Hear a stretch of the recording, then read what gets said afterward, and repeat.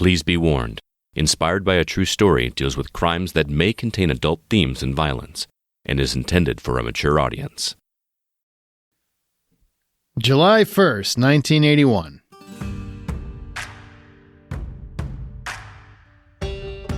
A brutal attack in Los Angeles leads to the bodies of 4 people and 1 clinging to life.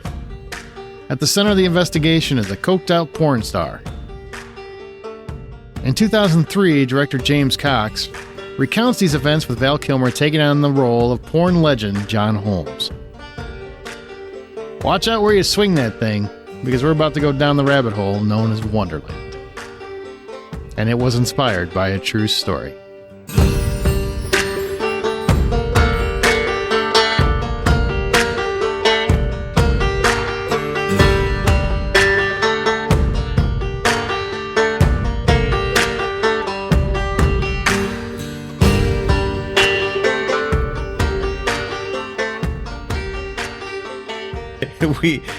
What did you just do?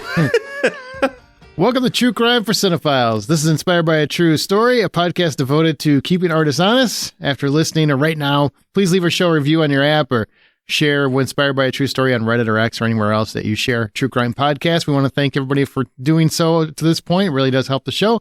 We're going to discuss the overall details of the actual crimes, then review the film on its own and how much of that is true and how much is Hollywood magic. I'm Aaron Peterson, an accredited film critic for the Hollywood Outsider podcast and website, available at thehollywoodoutsider.com.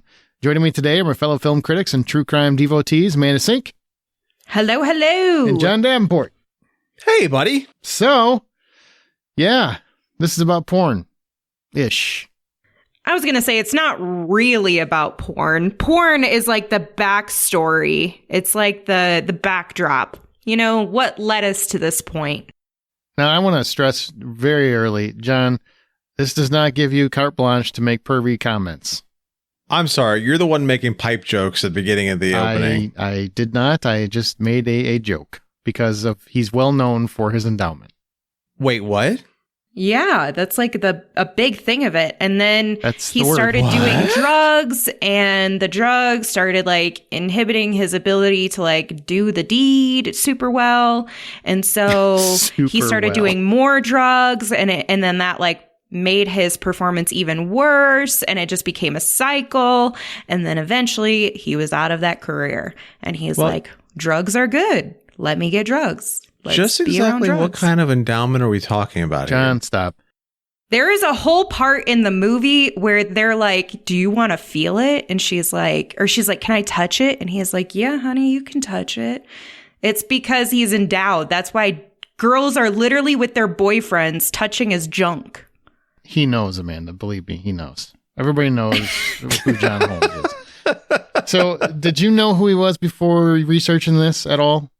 Is this something they taught in history class, like Mississippi Learning? The answer is no. So you didn't know who he was? I didn't. No. So that's why when you're like, everybody knows who John Holmes is, I was like, dude, I thought maybe he was out of a Sherlock book. I have no idea. What is happening? I'm an early 90s baby. I don't know what to tell you. That's probably a good thing that you don't know who he is and his contributions to film. But you know, this story, though, is one that I think most people do not know. Unless you're an avid true crime nut, I don't think most people even know that John Holmes was involved in this situation. His involvement in this always gets overlooked, and you would think that it would be much more hand in hand. Well, if you don't know, John Holmes was a porn star, very, very known for his endowment again. And if you've seen the movie Boogie Nights, a lot of what Mark Wahlberg's character was informed by John Holmes. Think of it like a nod to that particular character and what he brought to that particular art form. Up for your own debate. Not having that conversation here. Whatever you feel about porn is your business, and I don't care. Okay, let's not keep you waiting any longer. Let's get into Wonderland. As of the recording of this podcast, Wonderland is available to rent on all major streaming platforms. That is always subject to change, of course. Wonderland was directed by James Cox from a screenplay by Cox, Captain Mausner, Todd Samovitz, and D. Lauriston Scott. And it follows the investigation of the Wonderland murders, a brutal crime scene that rivaled the Sharon Tate murders in terms of viciousness. And the film starred Val Kilmer as John Holmes, Kate Bosworth as Dawn, and also Lisa Kudrow, Dylan McDermott, Josh Lucas, Ted Levine, Tim Blake Nelson, and Eric Bogosian as drug dealer Eddie Nash. New episodes of Inspired by a True Story are released every 2 weeks and can be found wherever you listen to podcasts. Make sure you hit subscribe if you have not done so already. Also at thehollywoodoutsiders.com. You can also hear episodes early if you want to by supporting the show at patreon.com/thehollywoodoutsiders. You can always share your thoughts on this episode or suggest a film by emailing us at inspired@thehollywoodoutsiders.com. And our next episode is for The Frozen Ground. And we will have a guest who actually sat down with the serial killer in question for that film. But now, film and true crime fans alike are always debating how true their true crime is. So it's time to head back to a time of cocaine, porn, and a man famous for the literal sum of his parts. These are the Wonderland murders.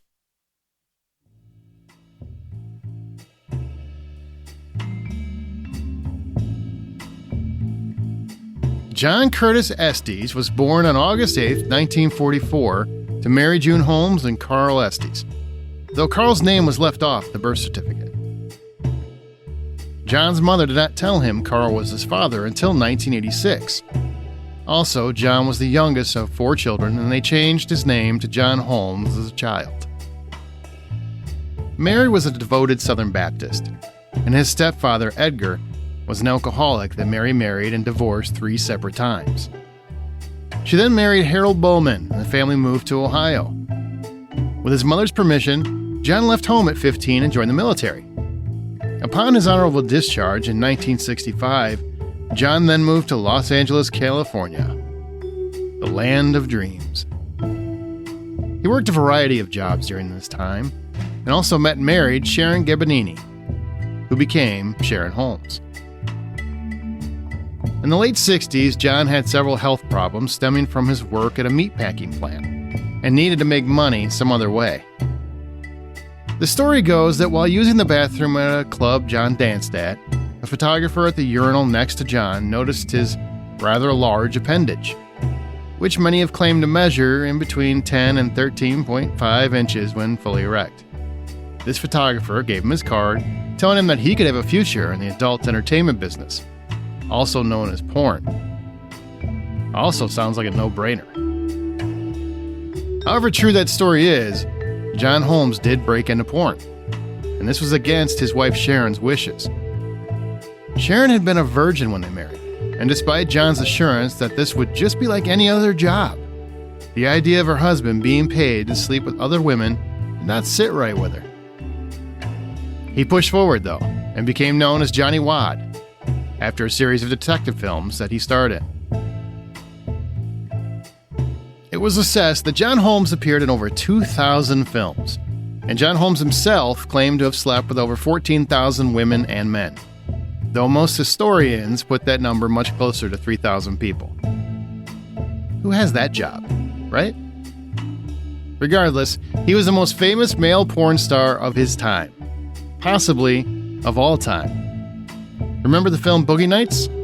Dirk Diggler was modeled after John Holmes. At his height, Holmes earned over $3,000 per day, and though he tried to keep these lives separate, the appeal of money, fame, women, and drugs became too much to control, causing additional stress on his longtime marriage to Sharon. In 1976, Holmes began to date Dawn Schiller, a 15-year-old girl, and he began calling her his girlfriend despite being married still to Sharon. During this time, Holmes developed a horrible cocaine problem, which caused him to be unable to perform, and when he began losing jobs and money, John would sell Dawn's body to other men, physically abuse her, and use her to get money for more drugs. Dawn Schiller wrote a telling book of her time with John Holmes called The Road Through Wonderland, partly due to the inspiration of Wonderland the film being made and the actor Val Kilmer. And in it, she explained how terrified she ultimately was of John. He had groomed her at an early age, and because of that, did everything that she asked. We do recommend, if you want to know more about this relationship, her book is well worth the read. Dawn Schiller is a survivor. But all of those details lead us to the night of July 1st, 1981, in 8763 Wonderland Avenue in Laurel Canyon. Joy Miller was the name on the lease for this property, but it was truly home to the Wonderland Gang, a prominent cocaine distributor in the 1970s. Joy's boyfriend was Billy Deverell, who was the number 2 behind Ron Launius, the king of Wonderland. Ron was dishonorably discharged from the Army for smuggling drugs from Vietnam back to the United States in the corpses of dead servicemen, and he maintained this as his vocation of choice once he returned to the States, selling cocaine and heroin across the city. Launius was also a person of interest in dozens of unsolved homicides and was known to steal drugs and guns from his rivals. Ron's wife, Susan, also lived with him in Wonderland. John Holmes was also part of this gang, of sorts, as he would often visit, party, and pilfer drugs off the residents. Now, we spoke about July 1st, but before we get to that date, we need to back up a little bit to June 29th, 1981. Eddie Nash was a prominent nightclub owner and known leader of organized crime. He was both respected and feared. He had also befriended one John Curtis Holmes. On June 29th, John Holmes made not one but 3 repeated visits to Eddie Nash's residence that morning, which at the time meant very little. What Eddie didn't know at the time, though, because he trusted and enjoyed John's company, was that Holmes used this opportunity to unlock a sliding glass door, which would later be used by the Wonderland Gang. The plot was simple. Ron Launius and Billy Deverell posed as police officers to gain entry into Nash's place, and then were followed by fellow gang members David Lind and Tracy McCourt. Nash and his bodyguard, Greg Dials, were handcuffed, and Nash was forced to open his secret safe, accidentally shooting Dials in the process. They walked out of Nash's place with $1.2 million in drugs, cash, jewels, and especially the guns that they had previously sold to Nash just a few days earlier. Scott Thorson, a lover of Liberace, later claimed that he was in Nash's house when Nash and his bodyguards brought in John Holmes. This is after the robbery. And they were convinced Holmes knew who did this. So they tortured him. And then they had his family threatened until they extracted the names of everyone involved. And that brings us back to July 1st, 1981.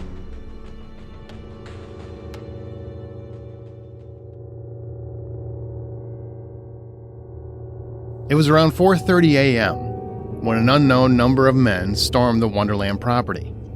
They were carrying pipes and hammers. They were there on a mission to kill. David Lind and Tracy McCourt were both absent at this time. Lind was with a prostitute, holed up in a motel, and McCourt was actually at his own residence. David Lind's girlfriend, though, was present.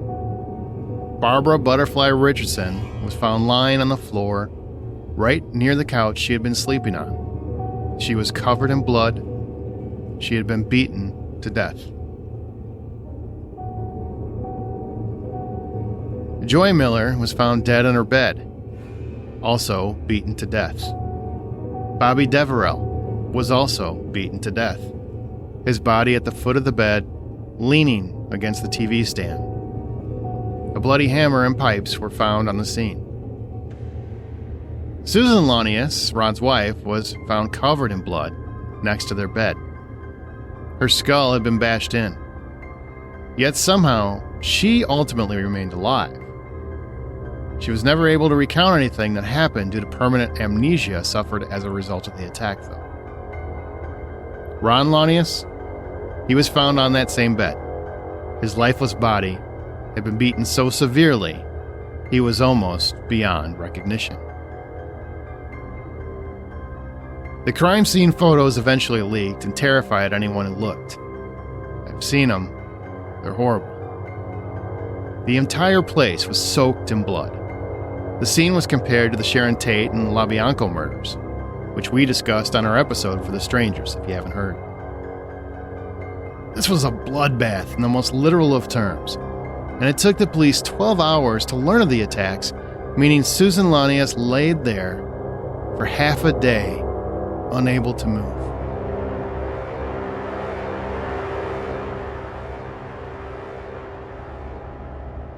There was only one real piece of evidence in the case, and that was a bloody handprint on the headboard above Ron Lanius' dead body. It belonged to John Curtis Holmes.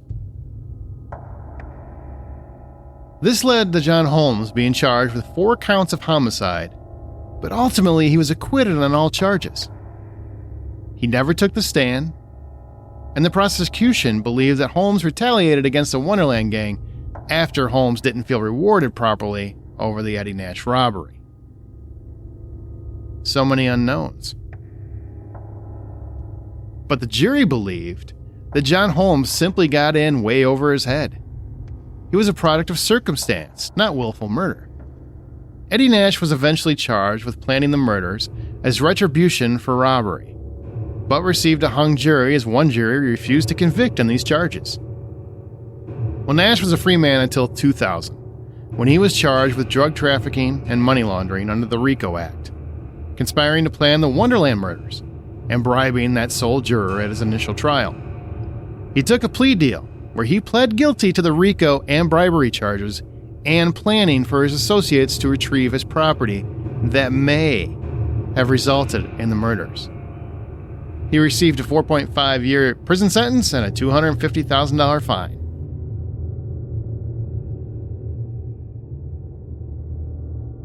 John Holmes, on the other hand, was never convicted in relation to the Wonderland murders. Much of his involvement was never known. He died of complications from AIDS in 1988, even completing additional porn films without acknowledging his AIDS diagnosis, for context of his character. Dawn Schiller firmly believed John was involved in the murders, but was always unsure as to what degree. That brings us to the last piece of information. Shortly after John Holmes' death in 1988, Holmes' ex-wife, Sharon Holmes, shared a confession John Holmes had given her one early morning in a bathtub, as recounted via the Los Angeles Times. Sharon Holmes stated that Holmes showed up and said, "There's someone out there who wants to kill me." Sharon asked him, "Why?" For a moment of time, John Holmes was silent, and then finally he replied, "The murders. I was involved. I know who did it. I had to stand there and watch what they did." Sharon said, "John, how could you? You knew these people." And John Holmes replied, "They were dirt." Sharon ended her memory with the same feeling many of us listening probably felt. As she said, "I'll never forget that as long as I live."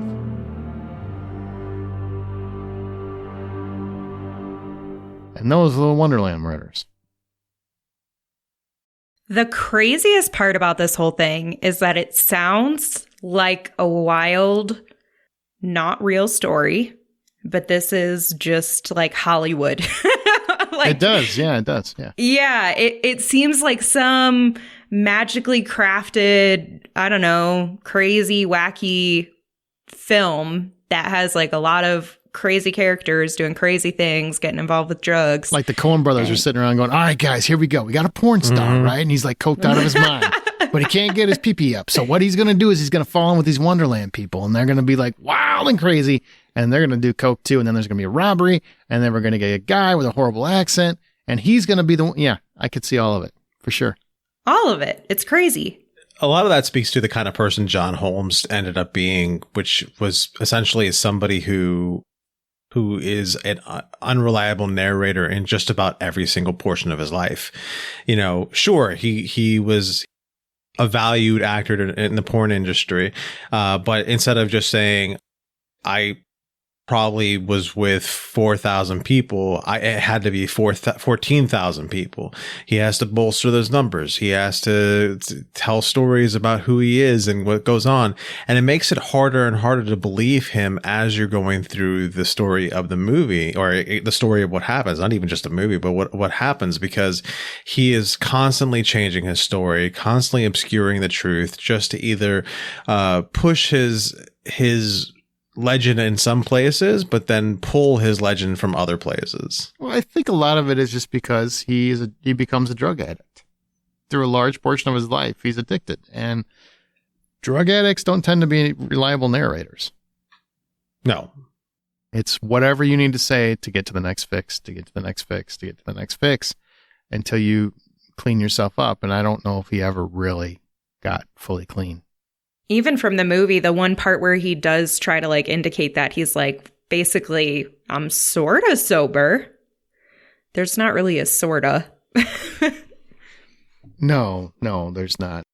This is a complicated one, I think, in many respects, because it's hard to empathize with anyone involved except maybe Dawn and Sharon.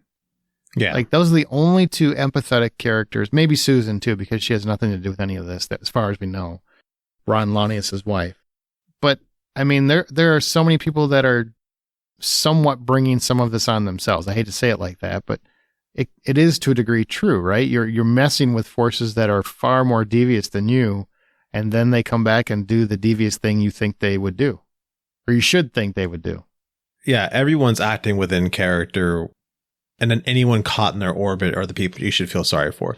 Susan, she's the one who survived the attack. She was able to testify and tell her story, of which all she remembered was just before the attack. She remembers seeing shadowy figures in the room with her. That's heartbreaking, and especially what happens to her. The thing that I thought was interesting was the relationship between Sharon and Dawn. Dawn has nowhere else to go, and Sharon really does take her under the wing, and Dawn refers to her like this steel mother, where she is just because of the kind of person Sharon is. Sharon is going to survive any situation she ends up going through, and it's just unfortunate that she has to develop this kind of personality and this kind of person just because of her relationship to John. Yeah, I mean, I think most people, or I would hope most people who see a young child in that situation who is being used and abused would also want to protect them. But I know not everyone is a good person like that. So you do have to give credit where credit's due, because there are some people who would be like, not if you're with my man. Well, I'm all kinds of shades of surprise that Sharon stayed with her as long as she did. She seems like she comes from a good upstanding home and whatnot, and this was not what she signed up for any reason. And then she left, and then he gets a girlfriend who is clearly underage, and granted that laws and people were somewhat different then, but that's still illegal, I'm pretty sure, even at that year. And it's terrible no matter what year it was. I don't understand how some people used to justify this kind of thing, but they justified it like Aaliyah justified it. Age ain't nothing but a number. Oh, it's just terrible. Absolutely terrible. John was very much a predator when it came to Dawn. There's stories that Dawn has told about how John used to look in on do the whole peeping Tom routine on her and her sister before she was even 15. So he was very much grooming and being a predator, and it's nothing about him that so far has been discovered to be redeeming. Not other than, he was packing, I guess. I mean, that seemed to be his big one. He was packing till he wasn't. Then what? Then who are you, bud? It takes a really healthy heart to operate equipment like that. And if you're killing it with cocaine, it's just so... Some pieces of equipment are too heavy of machinery to operate, okay? I just said that. I'm saying for other users. Oh, okay. That's too much. That's a day in the hospital. You're talking about like a Commodore VIC-20, an Apple IIc, like a really... Can you imagine? Think back to when Subway used to have $5 footlongs. Now they're like $13 footlongs. And just imagine that. Nope. Going anywhere that has a hole. This is a true crime podcast, not whatever you guys are trying to make it. All right? What do you mean, you guys? You're the one who brought up the porn and said it was super important to this story.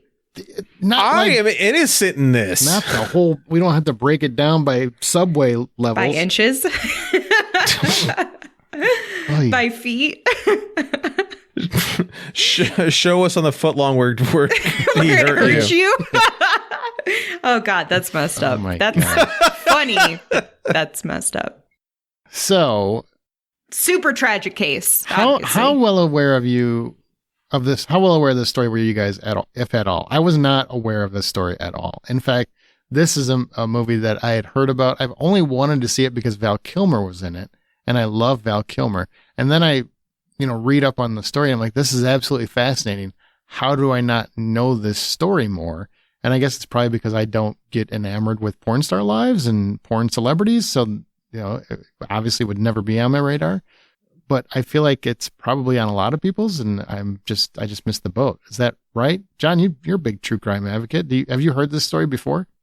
I have circled around the story several different times. I never really dove into it. I never really decided to listen to anything about it or even read any further about it, because there's something about it involving John Holmes where I was like, I don't want anything to do with this. I don't know what it is that about him that even on like the periphery of the case where I said, no, I'm not doing this. But it is a pretty famous true crime case when it comes down to it. It's in Laurel Canyon, which is at the time, it was a pretty up and coming neighborhood in California. It is during a period in which things like this didn't exactly happen the way it happened. It is a big deal as far as true crime is concerned. I had zero idea about this, which is also kind of the crazy part, because first of all, this is just a whack story in general. And then you add in like just the murders and the gang violence and the drugs and, the robbery. Like there's a lot of active crime going on in here.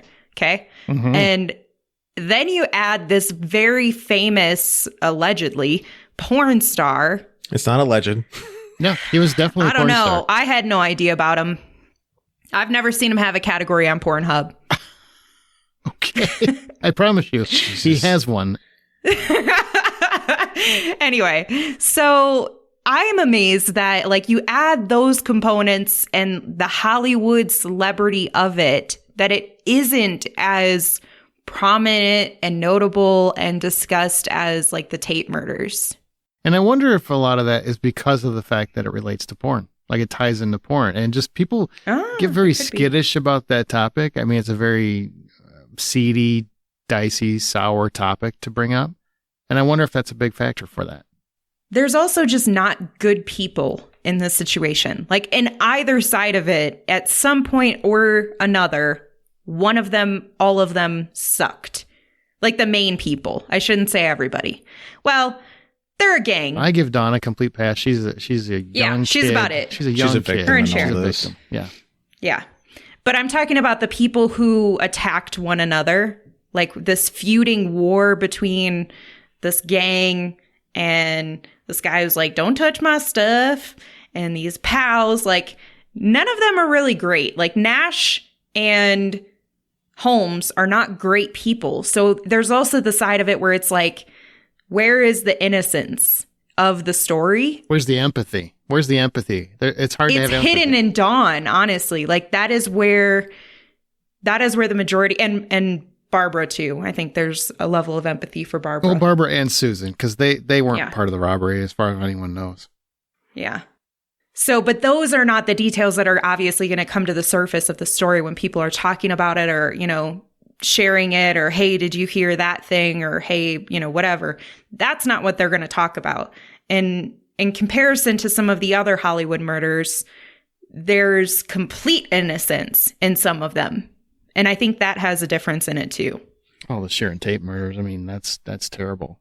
One of the facts of the case that I thought was interesting was why David Lynn wasn't in the house the night this all went down.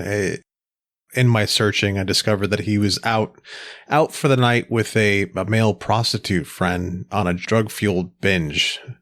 He was with a prostitute, yes. Yeah, I thought that was interesting. Did you? Yeah, that's the whole thing when I'm talking for 10 minutes. Yeah. Notice how every time John had a fun fact, he was like, during my research, to like really emphasize that he didn't find this through ChatGPT or like Wikipedia or something. And I love that for him. But anyhow, thank you very much for standing up for me. I tried. There's a lot of this story that just is just fascinating when it comes to what people put up with. Just the human condition of dealing with so many people who are obviously not mentally well. You know, there's some sort of illness that's going around between everyone that's involved, and they're just feeding off of each other and creating this world where all the dominoes are going to fall in a certain way, and you just see it coming and nobody's doing anything about it. I just thought that was so interesting looking at all of it all. I mean, this is the kind of thing that happens every day in the drug world, sadly. The only reason that this has such notoriety is because 2 innocent women were killed as well, and a famous porn star is right in the middle of it and was charged with homicides. Moving off of that to the movie, I'm very curious what you guys thought of the movie. I will be perfectly honest, I didn't like it. I am a huge Val Kilmer fan. I feel horrible that, you know, he's where he is currently. He's got throat cancer and he's had several surgeries, and it's very hard for him to speak. And, you know, I know his health has been really, really affected in recent years. But he was always an actor I loved. I mean, all the way going back to Top Secret and Real Genius is one of my favorite movies of all time. Tombstone, blah, blah, I could go on and on and on. This is a movie I do not like. I think he does everything he can. I just don't think it's a very good film because it's almost like it's trying too hard to be a music video half the time. It's just like it's doing quick cuts and quick edits and, you know, loud music in order to just create intensity instead of letting the movie create it. I think you have David Lind as really miscast with Dylan McDermott, also known as Dermot Mulroney in the 90s. And no, nobody? That's a joke. I know. But yeah, I mean, he's I think a really, really a detriment to the film as well. I think he's supposed to be this guy who can be seen as either empathetic and really just missing his butterfly, or he could be this Billy Badass who was really a savage behind the scenes. We just don't know. And I don't think he plays either very well. No, he doesn't. The movie really suffers, in my opinion, from early 2000s, like when Microsoft got introduced and people were having fun with different ways of editing. Yeah. And I felt like, can we not do this? Can we not like slow fade into different colors and like change our scene there? And I was becoming very annoyed because it was cool at first, but became very annoying with the newspaper situation. Like, I get it. Can we take a quick pause real quick? Did you just say the early 2000s when Microsoft was introduced? Like the PowerPoint. Wasn't it the early Microsoft 2000s? Office. Yeah. Microsoft Office. Okay. All right. Not like the whole company. I don't know. I don't know when they started.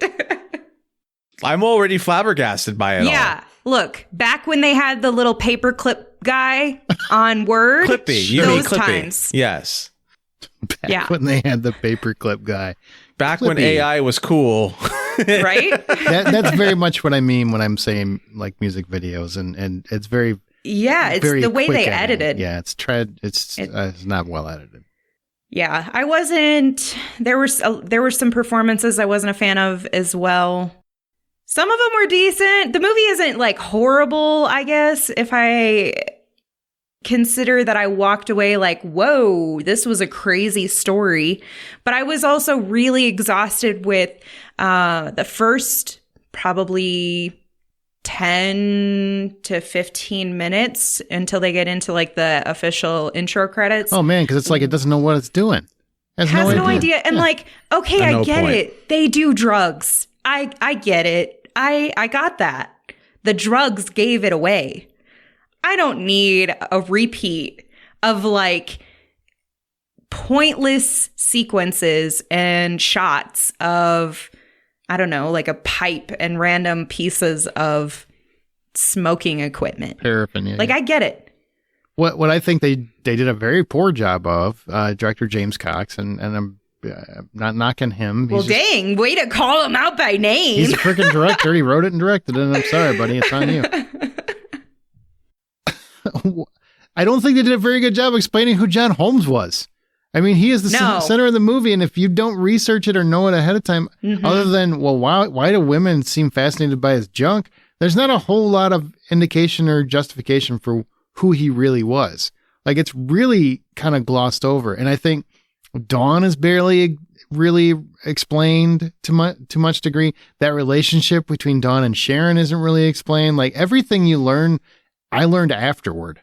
I did not learn from the movie. And I think that was a problem with the narrative. This was one of the first, because I'm not the type of person who likes to read a book after or before watching the movie. Okay, I'm glad there was more after that, because I was like, wow, all right, we're just going to go with it. I just don't like to read. Way to declare that right now. Don't take this out of context. But I'm not the type who likes to read the book before the movie, because I like to see the movie for what it is and then get like the true context of everything after. And that goes for like true crime stuff too.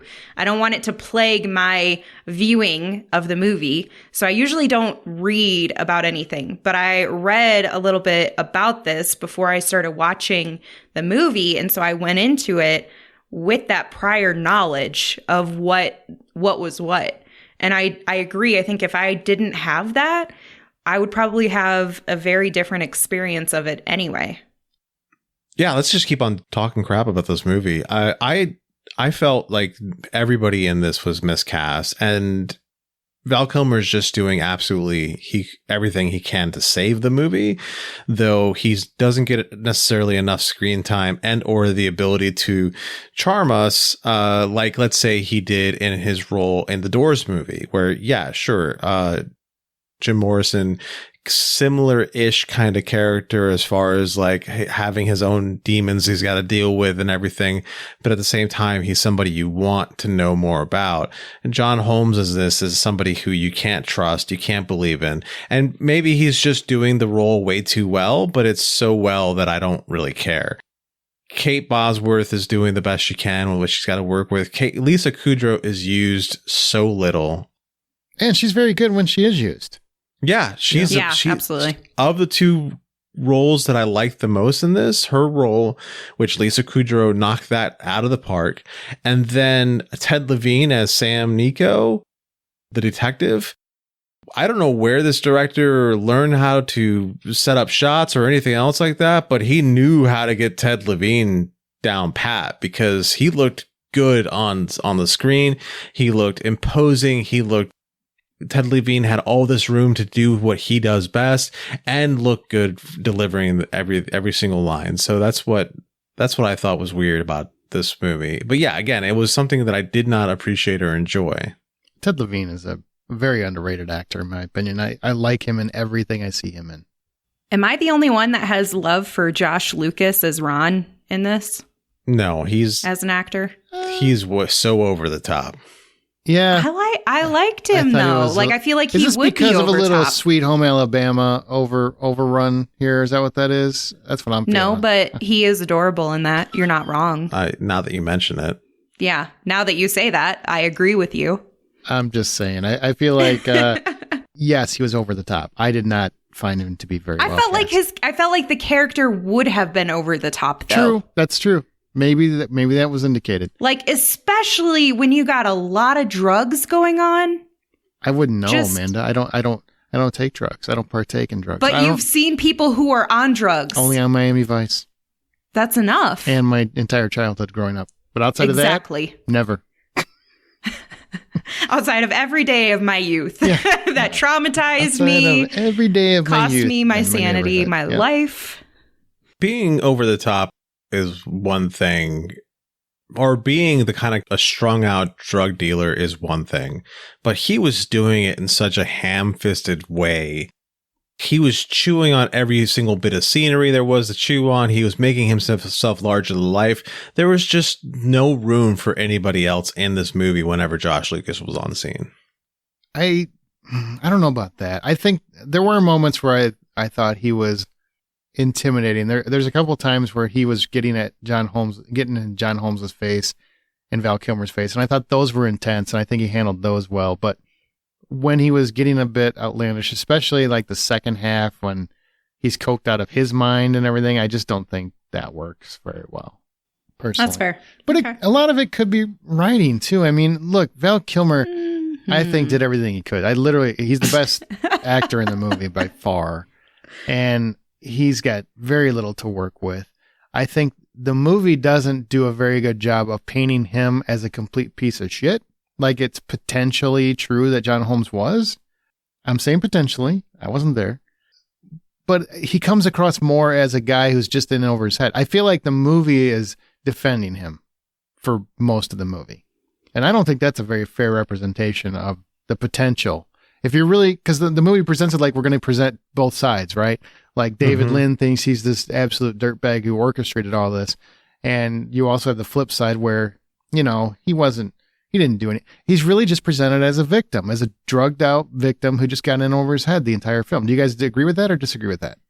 Oh, I agree with that wholeheartedly. But again, it makes it hard to believe what he's doing because of the way that everything's being delivered to you. Throughout the whole story, he's not reliable as a narrator simply because you can tell that throughout the whole movie, he's lying about one thing or another. True, and I think they paint him out to be a jerk. I just don't think they ever paint him in a way where he could potentially be more involved than he seems, which is what they seem to be wanting to do with David Lynn's point of view. I feel like they want to present like, hey, John Holmes might have had more to do with this than we think, but they never really want to present either it's the way Val Kilmer played it or the way it was written. They never present it as though the filmmakers believe that. He's always seen as kind of a victim in a way. I mean, truthfully, the way that a lot of this is presented is skewed. Like, there are so many pivotal pieces of information that are not included in the movie that would have changed people's perspective on the characters, including Holmes, and especially Holmes. Like what? Anything in particular you can think of? Well, I mean, we already talked about how the lack of Dawn and understanding how significant that situation was. Yeah, sure. You know what I mean? Like we lose the gravity of certain things in exchange for what the director feels is more important to focus on. I don't feel, and to be kind of proactive in the question, I don't feel like this is a good representation of the story and the outcome in respecting all of the victims involved.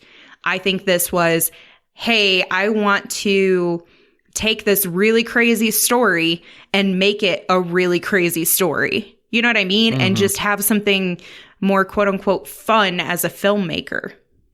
I can have all these fun porn jokes. I can have, the sexual semi-exploitation that's occurring here. Like, I can have a lot of drug scenes. Like, it's like, okay, cool. But what about like the actual gravity of the situation and the story?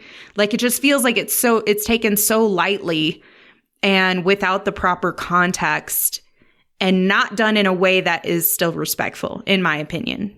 It doesn't commit one side of the story or the other. And I think that's what it really needs to do. It really needs this, when you're seeing David Lynn's side of the story, it really needs to commit to telling you that story.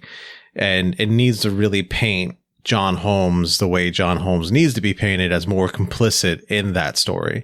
And then when you see John Holmes' side of the story, it needs to really commit to more his side of the story to really play off of what I think they were trying to do, which is play off more about the contrast between the two stories and contrast of like how everyone sees John Holmes and how John Holmes portrays himself. And that's what I was trying to say. It feels like they have this disparaging point of view where they want to look at it from both sides. David Lynn sees him as this way, and John Holmes presents himself as this way. Dawn sees him as this way. Like, they have these different points of view, but they never really commit to anything that makes John Holmes look anything less than just maybe a dirtbag. Like, He never seems maybe a murderer. Like, he was on trial for murder. Even though he was acquitted, he was still on trial for it. So at some point, people looked at him for it. And I don't think they did a very good job of explaining how he even got to this point where it was so low. And I think you kind of need that to get, if this is going to be our primary character we're following in any movie, you kind of need to know a little bit of how they got there. We barely know who he is. I would have no idea he was a porn god if I didn't already know who John Holmes was. I would have no idea. I think the movie makes a lot of assumptions about what the audience knows, which is not a great way to paint a movie. Yeah, no. Exactly. It wouldn't take very much to tell that story either. No, they could have done it in, oh man, with all of these quick edits, they could have done it in about 3 minutes, right? They could have done it as part of the opening credits. Yeah. Replace some of the newspaper backdrops with that. Yeah, or the 16 paragraphs at the end explaining where everything went at the end. Just we love exposition. Give me a little bit more information and less exposition. Yeah, make me read in a movie. That's nice. Make you read, yeah. I think we kind of talked about it. Did the movie respect the victims and whether it was true or not true in the film? And we did talk about that. I don't feel like the victims were respected. I don't think you really get a life for Butterfly and Susan. You get 3 minutes each tops. So they really have no voice in this movie at all. And I feel like they were the innocent ones. They should have gotten a little bit more. I agree with that. The most we know about Susan is she survived and then she's in the hospital, but we don't have much else after that moment. I wonder if part of that is due to the fact that, and I guess maybe I'm giving James a little bit too much credit here potentially, but she literally doesn't recall anything from that night. So it'd be hard to have her perspective really incorporated or determining what her character did in any of that. I just mean before they could have fleshed out her character a little bit and just made her more of a person and less of a, she was a victim. Yeah. Yeah, that's true. I mean, she was played by Christina Applegate. And every time I look at her name on there, I'm like, that's who that was? Yeah. Isn't that crazy? Usually she's a larger character and she's easier to pay attention to. And she was completely lost in this. Okay. I'm going to be honest with you. Did not realize it was Christina Applegate at first. Yeah. Until the movie was long over. And then you look at the credits list and where was Christina? That was her? Had no idea. None. Yeah, I mean, I did the same thing just now. I mean, Janine Garofalo, you can't miss her. Every time she turns around, she's Janine Garofalo. So she was Joy Miller. But yeah, Christina Applegate, that tells you that they didn't tell you enough about Susan's story or how Susan survived because she is completely forgotten and she's played by Christina Applegate. A lot of the actors in here don't get much. Carrie Fisher is given absolutely nothing to do. It's why do you need Carrie Fisher for this role? She's, other than being distracting because it's Carrie Fisher, there's not much to her part. It's just almost like an afterthought character. Absolutely. It's just, it doesn't make sense to have her in that role. I mean, she's more of a butt of a joke than anything else. So what would you guys have done differently? Everything. Okay. All right. Yeah. All of it. Well, I think you said it, Amanda, because you did say this is very much like a Hollywood movie. I mean, it seems like a plot only Hollywood could come up with. So maybe if they had actually constructed the film more, maybe like a detective tale where they're really just doing the investigation and we don't know anybody's real inner perspective just through the investigation, maybe it would play a little cleaner, a little fairer. I think that's what they kind of wanted to happen and thought maybe they did, but poorly executed that because they don't have the flashbacks and the details that come from various perspectives or even just the one perspective. They know how to skew it at the right times and it just doesn't feel, I don't know, none of it is reliable even from the investigative side of things. I would have done something along the lines of the opening credits would have been the rise and fall of John Holmes told in basically a montage kind of moment. Okay, yeah, I would have liked that. And even maybe some of the telling of the story of John and Dawn and how that happened at that point. But then slip into, now that you mentioned that idea of making this more of a noir detective story, then slip into everything's from the point of view of Ted Levine's character as the cop. And you follow him as he's investigating everything. And, he goes from moment to moment. He kind of distills the moment by breaking it down for the viewer and for the other detectives. But then we meet up with the different people and they're telling their side of the story. And that way we understand even more clear, and it gives them even more room to commit to making this story about how John Holmes is not somebody who can be trusted, or he is somebody who can be trusted, somebody who's a victim, and tell it from the point of view of each person who's involved, except for John Holmes. We don't need his story. We need Dawn's story. So we need Dawn's point of view of John Holmes, which at this period, we see John Holmes. He's flashy, he's intense, he's whatever he is, but he is a good guy to Dawn. And you see that played out by Val Kilmer. We see But he's John not a good guy to Dawn. That's not fair, because he's not a good guy to Dawn. I'm just saying from the point of view of Dawn. Okay. Well, I mean, even she said in her book, from her point of view, he was kind of awful to her. When she was, he's saying the initial get-go of how she would have initially interpreted their connection and relationship and stuff. Like, everything is about how everyone interprets their view of the kind of person John Holmes is. So then we interviewed David Lynn, and he starts telling the story, and John Holmes is this smarmy, conniving little shit that only tries to steal stuff and tries to get drugs.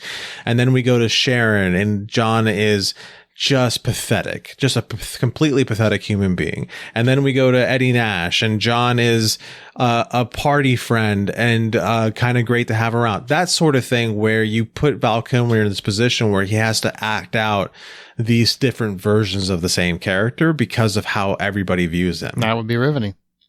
Yeah. To be fair, it wouldn't take much to improve this, so... Yeah, I gotta say, I was not a fan. I know there's some people that love this movie. I'm sorry if we just spent 20 minutes making you sad. But it is what it is. And that's it. Thanks everybody for listening to Inspired by a True Story. That's it for this episode. If you enjoyed this podcast, please share the show on your social media outlets. Even if you didn't like it, share it anyway, because either way, it helps. We appreciate it. And give us a review in your favorite podcast app. You are always the best source of promotion, so tell your true crime friends about it. And thanks again for listening, and thanks for being here, Amanda and John. Now, let's keep those artists honest.